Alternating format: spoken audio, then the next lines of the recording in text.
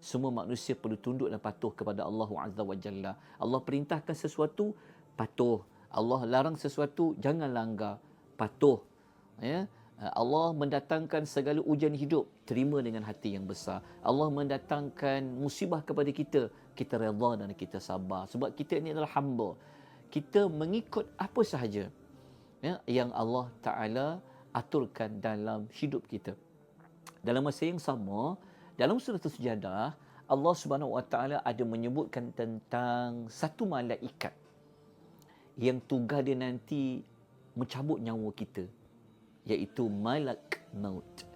Malak maut ni, perkataan malak maut, satu malaikat maut, hanya kita jumpa dalam surah As-Sajdah. Kenapa Allah meletakkan kisah malak maut, malaikat maut ini dalam surah As-Sajdah? Ada berkaitan dengan kita ini datang dari Allah dan satu hari nanti kita akan kembali juga kepada Allah. Nak kembali kepada Allah, kita akan mati.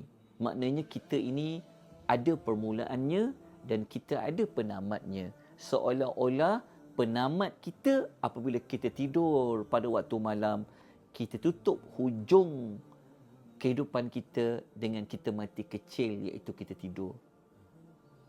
Dan apabila dibaca pada pagi Jumaat, pada rakaat yang pertama, sampai pada ayat ke-15, jumpa ayat ada sujud sejadah, kita semua akan sujud kepada Allah.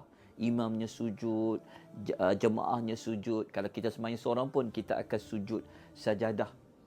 Disunatkan untuk kita sujud sajadah. Kemudian kita akan baca zikir dalam surah Sajadah, yang Allah ini adalah sebaik-baik penciptaan.